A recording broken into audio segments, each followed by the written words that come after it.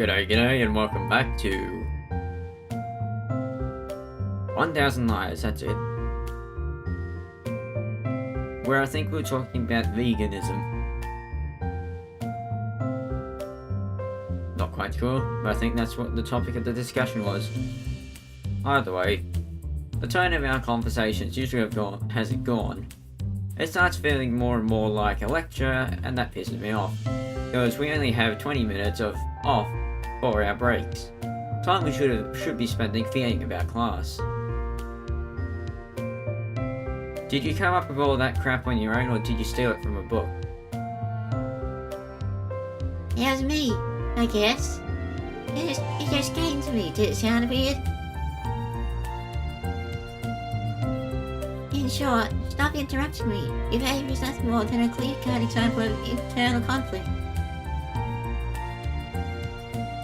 There's something you like and feel attracted to, but the closer you get to it, the more negative points about it come to mind. So you want to run away or avoid it somehow. My point is that we won't know what's going to happen until it actually happens. That's why I think you should be brave and get on with it. Were we talking about something? I was trying to email an obscure X. I'm positive that you want to know more about everything instead. You lie to yourself, but believing that the situation is just as stupid. Well, the situation is pretty stupid. Though that's not really a lie. Oh, she's still talking? The real question is, can you deceive yourself? If you can't, then you won't deceive me either. You aren't convincing anyone. I look at Ziva in disbelief as she continues proudly bragging about her own words. I come to a conclusion. I was right when I first said that you were lying. You caught me. In any case, lies are too demonized, in my opinion.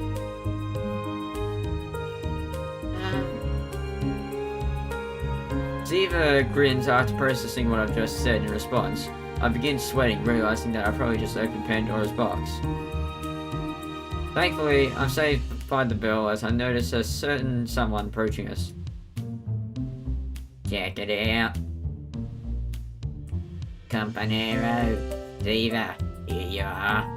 I was speaking with some girls from the other side when... Wait, the other side? Are you still alive?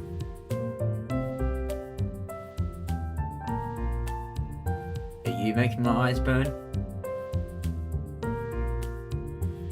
Who's this guy? Huh? Me. What do you mean? It's almost like I know you from somewhere or something. It must have been the work of a witch. I think she chanted a spell. Something like, forget about Ozzy. But who's Ozzy? Stop twisting my words, Indian. You know what wasn't what I meant. Whatever. Ozzy, what were you saying before? It better be worthwhile. I lost you guys a while ago, and I have no idea what you're talking about. Okay, back to what I was trying to say. Go on. I forgot. Oh, really? Good on ya. I can't tell if you're only smart when you want to be, or if your brain just doesn't have the capacity for it 24/7. That's exactly what I believe you said when you said you're Ozzy's friend because of his money. Who wouldn't be? If you go out to the other side again, then tell them to bring you over your alter ego for a bit. It'd be convenient to have a competent Aussie for once. Unfortunately, I suspect that this is the only one. The only Aussie. What do you expect to get from interrupting me? The other side is our nickname for Anate Institute. It's down the street and directly opposite our school. It was even built from the same blueprints as our school. They probably reused the blueprint to save money, so they're completely the same mirrored buildings placed on opposite sides. It's pretty close to here, a little more than 10 minutes walking. A lot of people wonder why they didn't just make one larger school instead of two small ones. The funny thing about it is that since the buildings look identical, we joke about alternate versions of ourselves going to school there, like clones or doppelgangers. At the other side, students who have bad grades here are honor students. If someone's fat, then their clone is skinny, stuff like that. It's an old joke now, but I still find it pretty funny. Good on ya. Oh yeah, I remember what I was gonna say. Do you remember that weird email, Tiagra? Zeta and I nod simultaneously. Ozzy then pulls out his cell phone and, after playing around with it, shows us its screen. Is that another one? When he mentioned the email, I was already expecting this, and looking at the screen only confirms my fear. It's another weird email addressed to me.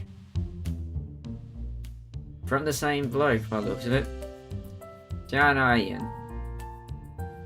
Not for everybody. Can a lie become reality? If you want to know the truth, go find it. This afternoon at the local sports centre. Join it. Good luck choosing your first action.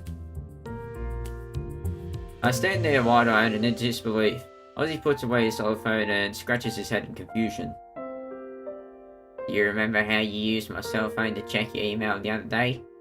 I forgot to log out of your account and my phone's been logged into it since. To my surprise, earlier today I opened an alert for a new email, and it turns out that it was actually for you. And well, that's what I read.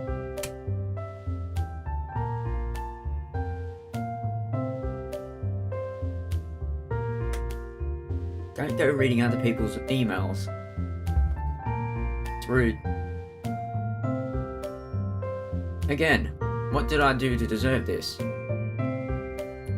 What do you mean? This is perfect. This time I can go with you.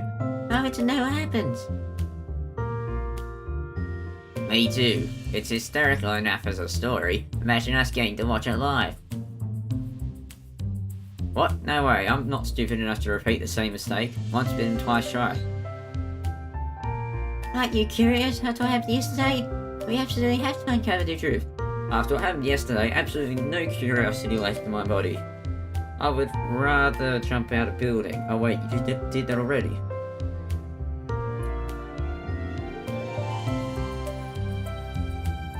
And you said that what happened yesterday was probably just a misunderstanding anyways. Yeah, it could happen again. Whoever sent it is giving you a second chance. That's right. What happened to you to your depressing love story, hey? Are you going to abandon it now? Yeah, probably. That isn't the problem. What am I supposed to do? I don't even know what they meant by join in. Join what? I'm so excited to go there. Isn't there any way to convince you otherwise? Come on, Ozzy, help me. Even if it's one of those crazy schemes of yours. Crazy schemes, I see. There's no other way.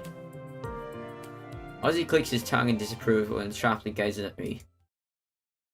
I guess we'll have to settle this with a bet. A bet? No thanks. It's said that every human being chronically suffers from at least one sin. I don't think I'm usually greedy, but that naturally inherent part of me always wakes up with one word. Bet. Oh, you're a gambling addict. The thrill of gambling, the risk, the possibility of getting caught cheating and getting punished. Fortune in the vessel that brings men glory and excitement. A trophy of what has come to pass. Or just an addiction to gambling. You might need to see a professional. You have a problem. And I'm prideful enough to always fulfill my promises and stick to my bet, no matter the cost or price. Gambling addiction. That's what you got. Everything I have in my wallet right now wages against you going to the sports center with us. What as if he has nothing? I motion for Ozzy to show me what's in his wallet first. Inside, there's a reasonable sizable prize well worth the challenge. Alright, Ozzy, I accept. However, following the proper rules for this kind of bet, I get to be the one who decides which game we'll play. Sure, I'm going to win anyways. There's only one way to put rest our ongoing rivalry. A game where you, the lowly commoner, dies in glorious battle against the eternal magnificent Hero King. Are you going loopy? We'll end this with a sled desk race? Sled desk race? No way. Alright, sled desks, let's do it. Care to explain what sled desk race is? Something boring by the sounds of it. This is why I've been training day and night for an opportunity like this. You'll regret it when I make you step down from your throne. Is anyone going to answer me? My fear is akin to what a human would feel in the face of being stepped on by an ant. Since I chose the game, do you want to establish any extra rules? Hey, I'm still here. What's a sled desk? Next break, 1-on-1, race to the death. To the death, don't make me laugh. No more bets, the money's on the table and you can't drop out now. You know just how invincible I am when it comes to sled tests. Same goes for you. You might be surprised this time. We make our way back to our classrooms, bickering so offensively that sparks are flying at each other. Is anyone going to tell me what a sled desk is? In In the end, the one who was forgotten is me, jeez. Yeah, it looks like you have forgotten. Now we're gonna do some weird gambling thing.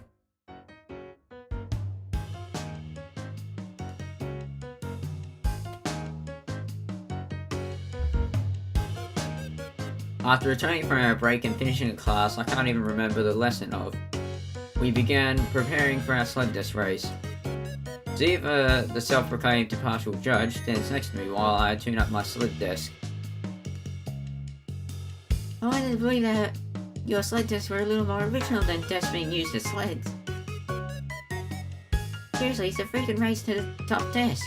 Will she and you ever grow up or what?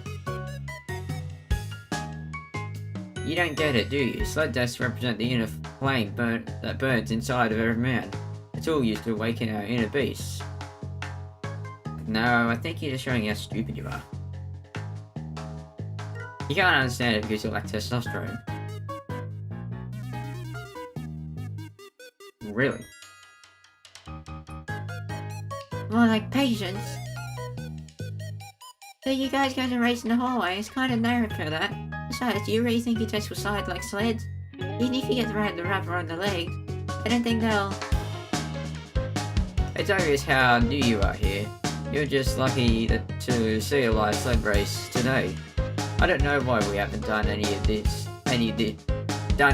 year before today. Okay. You see, the hallway is positioned at a downward angle, although it can be difficult to notice. When we discovered that, we realised that here is perfect for racing on top of pretty much anything. We agreed that desks were our best option for racing, and was how sled desk races were born, an important milestone for the future generations. Sure. I put tacks over the rubber on my legs of my desk so I can slide even farther too. I generally kick one of the desks to show Ziva how far it can go. Thanks to the tack modification, it slides across the floor and reaches the classroom door effortlessly. The winner is the one whose desk goes the farthest distance, in only one push. I see, I'm not really convinced though. These races have gone pretty quickly, the desks don't slide for more than 10 seconds. And that's exactly how long the race should take. It isn't like our breaks are that long either. Then shut up and do it. Then what's the fun part?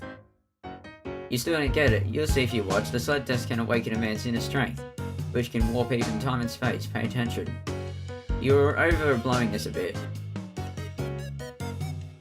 Yeah, my feelings exactly. Whatever. Transition. You ready to lose? Lose, is that another one of your foreign expressions? I don't know what it means. Just hurry up.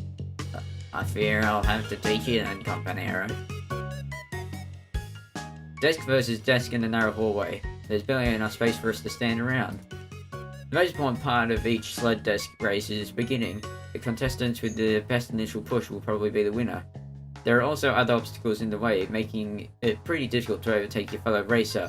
Once he has passed you, but you never know in a race to the death. There are no set rules, anything goes. The other contestant can try and mess up his opponent at any moment by any means. That's why sled desk races are taken so seriously. You could get pretty hurt so only the bravest students can compete. Or the most stupid. Ozzy and I are the only ones who participate in these races now. So I think about it, I wonder why. I wonder. And Jar Jar gives the starting signal and acts as a commentator. I don't think there's going to be much to say. I mean, are you guys ready to go? Start whenever. The only thing you need to ready are your lips, mi amor. Since I'll take a kiss from you as a prize when I win. I'm going to ignore that. We're starting in 3, 2, 1. And go.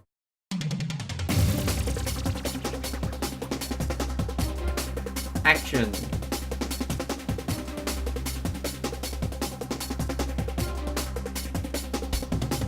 Where are the desks anyway? It's not a very long hallway either.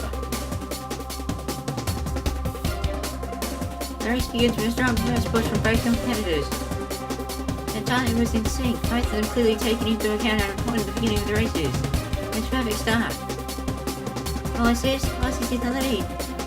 Ha ha ha. How's it feel to be eating my dust back there for once?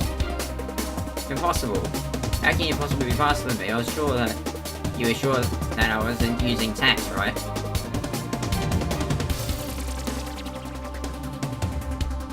After every race, I'd wonder how Tia was so fast. Defeat after defeat, my desk would always stop short, while yours always seemed to fly past mine. I studied mechanics and engineering to figure out what could have happened. And then I had an epiphany.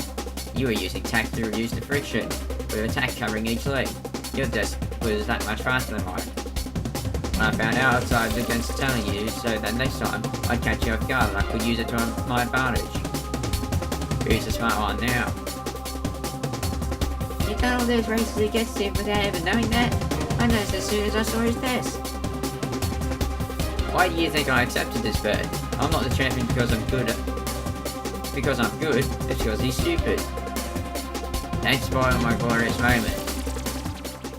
In any case, it still doesn't make sense. We started at the same time with the same push, so how does he get the lead? What's going on?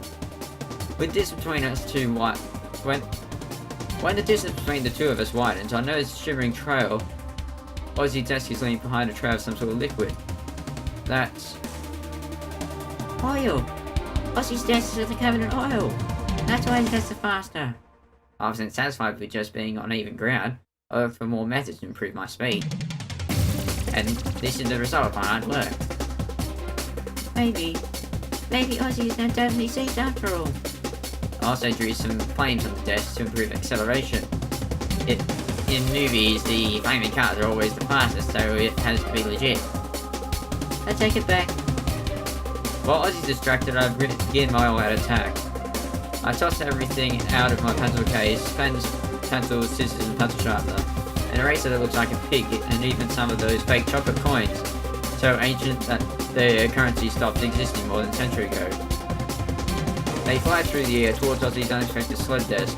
If I'm lucky and something hits it, his desk might slide backwards, rewarding me victory. But it's not simple. No way. Skies were cloudy with an 82% chance of relative humidity and low pressure fronts. We done yet?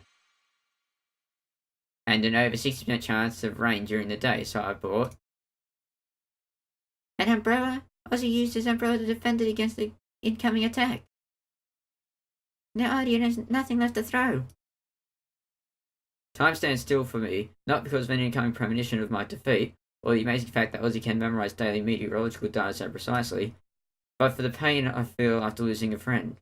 What? He who once walked the same path as I is now standing at the crossroads facing another direction. He's unreachable, and even though I thought he was stupid, he's silently leaving me behind. Probably because he's too good for me. Pig eraser. I watch it as it bounced off the umbrella, past the hallway and into the abyss, forever lost to me. To tell the truth, I had found it on the floor a couple of days ago, so really, I'd probably just stole it from some unlucky fool.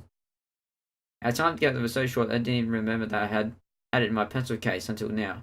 Still, it was the most powerful and touching relationship I've ever had with an eraser. Farewell, my old friend. Vendetta. Adrian's gaining ground. How's it possible? He's using his point oil track to lose friction and speed up. Between the oil and Ozzy umbrella from first slowing him down, Adrian's bound to catch up. If he tackles him, he might... Not so fast. I still have one more trick up my sleeve. Ozzy took something out of his umbrella.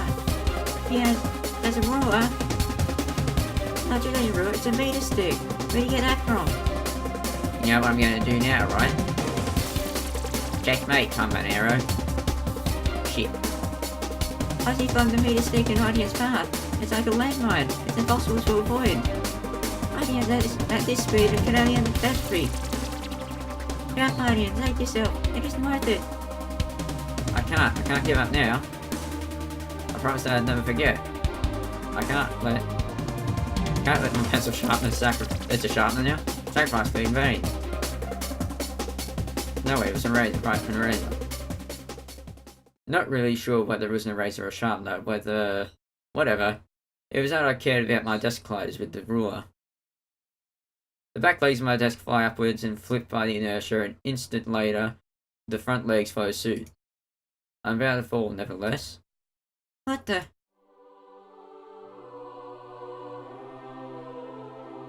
The sound of an angel? No, you're just crazy. Yeah, I can hear it. The angel's singing, giving me their blessings. A hallucination or maybe a revelation. Anyways, it's here. Yeah, you're hallucinating. I can see Heroes of Old Sled Days for Essays standing next to my eraser telling me that I shouldn't give up yet.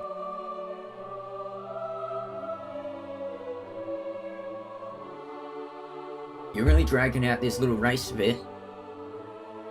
Thanks everyone, it wasn't necessary. With my newfound divine strength, I managed to flip my desk further to the point that it's now totally upside down. And from here... Goo. I hold the desk legs while I stand on the underside of the table as if it's a skateboard. I grind my way onto the banister and manage to overtake Ozzy. I jump with a hard flip to make the desk return to its original position, allowing me to successfully continue the race. At last, I'm in the lead. How do you do that? Now Ozzy desk is grinding against me. The two rival desks rub together, creating small sparks of fire and indents in the wood paneling. In the end of the track is coming up, but Ozzy and I know there's still something we have to do. You surprised me, Campanero. I won't deny it. But it isn't over yet. We're going to settle this with our bare hands. The two men in motion on the battlefield.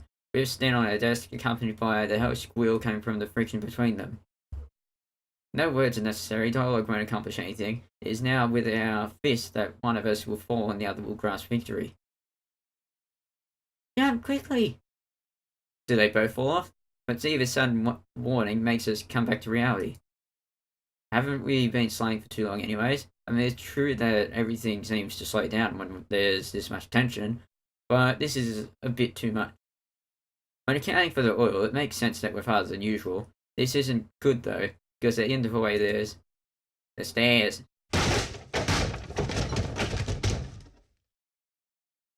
Ozzy and I managed to jump off our desk at the last second, saving ourselves from a nasty fall.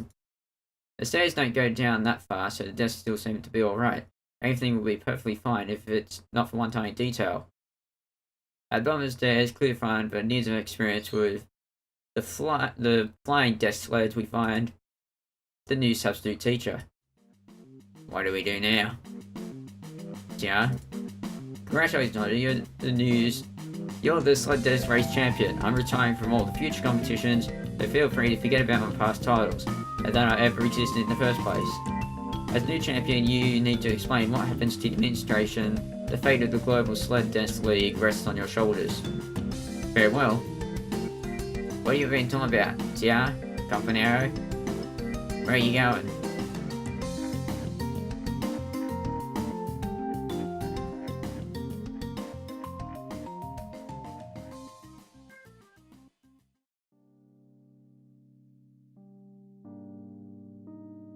I'm at the nurse's office. Why am I there? Rather than leaving the school through the main entrance, we're going out through here instead. It isn't like there's a real nurse here though, so the attendant is actually the groundskeeper. She handles a lot of different tasks from paperwork to carrying all the keys. If you persuade her that you're sick enough, you can take a nap here for a while and sneak out after she leaves. Since she handles so many different things, she won't usually notice if you're gone by the time she comes back. In any case, she doesn't trust anyone, so the nurse's office collects dust more than anything. Then, how'd I convince her to let me stay? Easy, I told the truth. My right aches badly. I sit on the bed and massage my leg from the knee down, hoping it'll lessen the pain. Afterwards, I take out a small bottle of painkillers and stare at it as it sits in the palm of my hand. I decide against opening it and put it back in my pocket. I lay in the bed and close my eyes before I start taking deep breaths until I eventually feel myself get lost deep in thought. New substitute must be pissed. She may have not seen us do it, but it's just a matter of time until she figures it out. Nobody got hurt, but even I recognise that we went overboard. If yesterday's prank made her angry, can't imagine how she took this one. I wonder, will they finally punish me for this time? After 15 minutes, I feel better. I get up and walk over to the window. The nurse office is on the first floor, so you can jump down into the back field, making it the perfect place to sneak out from. I haven't made a habit of it, but this won't be the first time that I escape out of this window when I want to play hooky. Let's see. Although it's a small fall, my leg hurts. Thankfully it's tolerable, but that doesn't change how uncomfortable feeling it is. I'll rest more once I'm home. Better get going. There's a fence behind the school that separates it from the park. No one goes back there, and the fence has a locked gate that's easy to pick if you're skilled enough. Once you're in the field, the park is only several steps away. You're not going to show us any of this? I make my way through the park and to the pond. I begin writing in my notebook. It's not like I have anything better to do, but you'd think by now I would have learned how dangerous it is to walk around with my face stuffed in a book. What was that? Is it that girl? Something suddenly hit me in the stomach. Thankfully it doesn't really hurt. At first I don't see anything, but when I look down, I find the culprit. That hurts. At my feet, there's a girl with her hands wrapped around her head. At first, I think it's because she ran into me, but then she starts to panic for seemingly another reason. She keeps swatting at the air around her head, and then she realizes that there's nothing there. She goes pale. My hat. What hat? She gets visibly nervous, her eyes darting around the area. After a moment, she settles on looking at my shoes, or more precisely what's behind them. None other than a previously missing hat. I bend over to pick it up, brushing the dirt off as best I can, before handing it back to her. This is yours, right? The girl nods in relief as she reaches out a hand to retrieve the possession. At the last second, I raise my arms and pull the hat out of her reach. She seems familiar somehow. Her name on the tip of my tongue, but nothing comes to mind. I'm positive I've met her before. And with that, that's all the time I got for this episode. If you enjoyed it, be sure to leave a like. If you enjoy what I do, why not subscribe? With that said, thanks for watching. Have a fantastic day. And be sure to tune in next time. Cheers.